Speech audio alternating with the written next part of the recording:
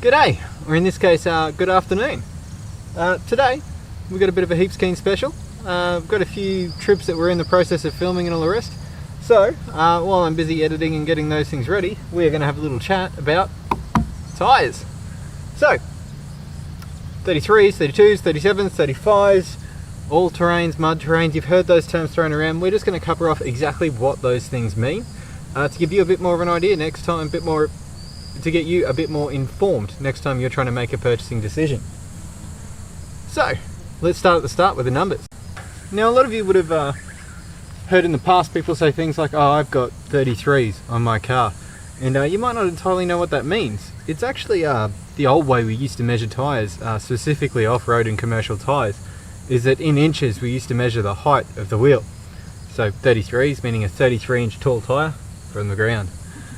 These days, most tyre brands, ever since we sort of left 15-inch wheels, which is the size of the rim, being standard, we went to metric sizes, which means you sort of hear all sorts of crazy sizes like 285, 75 and things like that.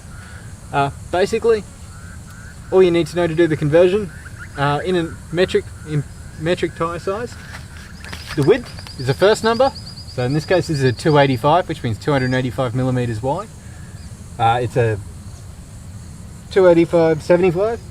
So the height of the sidewall of the tyre, so that's the space from the wheel to the top, is 75% of this 285, and then the 16 at the end is the size wheel in inches. Overall, it's way easier if you just jump online. I'll put a link below to a calculator that'll convert that. These are the metric equivalent, so 285 75 16s are the equivalent to a 33-inch by 12.5 tyre. Conversely, if you do run 15-inch rims, you can still buy them in imperial sizes. So you can still pick up 33s, 35s and true 37s if that's what you're into.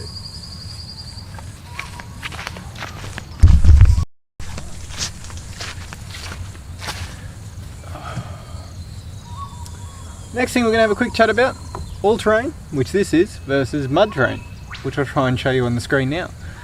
For those of you wondering, the core difference around these is the designed amount of off-roading and I guess the aggressiveness of the tread pattern of the tyres. Basically the trade-off you've got, and this is less about all-terrain versus mud terrain, but more about the pattern of tyres that you choose, or tread pattern on the tyres. You're choosing between on-road handling, so how good it drives on the highway and when you need to do an emergency braking or turning manoeuvre, versus how well it goes off-road when you're in sloppy mud and it needs to dig its way out.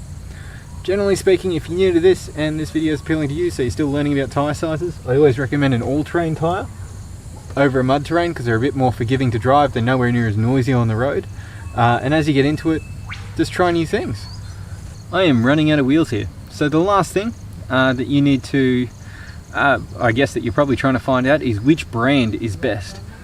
Honestly, I can't tell you, and anyone who does doesn't quite know what they're talking about. Unless they have your exact same model of car, do the exact same type of driving that you do every day, day in, day out, really you can't compare.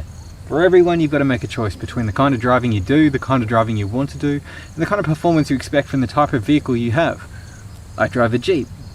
They classically have a lot of body roll, so my stickiness of my tyres kind of matters a little bit when I might need to do an emergency manoeuvre, especially because my wife drives this thing a lot with the kids in the car. So to me, all terrains are much more important than mud terrains, which might be slippery in the wet or something like that. Someone else, same as me, there's a million people with JKs like me, might prefer the mud tyre so that they can go and do crazy things up and down hills or rock crawling or whatever it is they choose to do. It's never a case of which one is the best tyre, it's which tyre is best for you, and all you can do is just try different tyres and work out which one you do prefer. Anyway guys, that's been a video. I hope this was informative. If you like it, give it a thumbs up. We'll probably try and do a few of these every now and again, just covering off things like tyres, suspension, lift kits, probably 12-volt electrical setups and different camp setups, and see how we go. But yeah, I'll catch you in the next one. Cheers.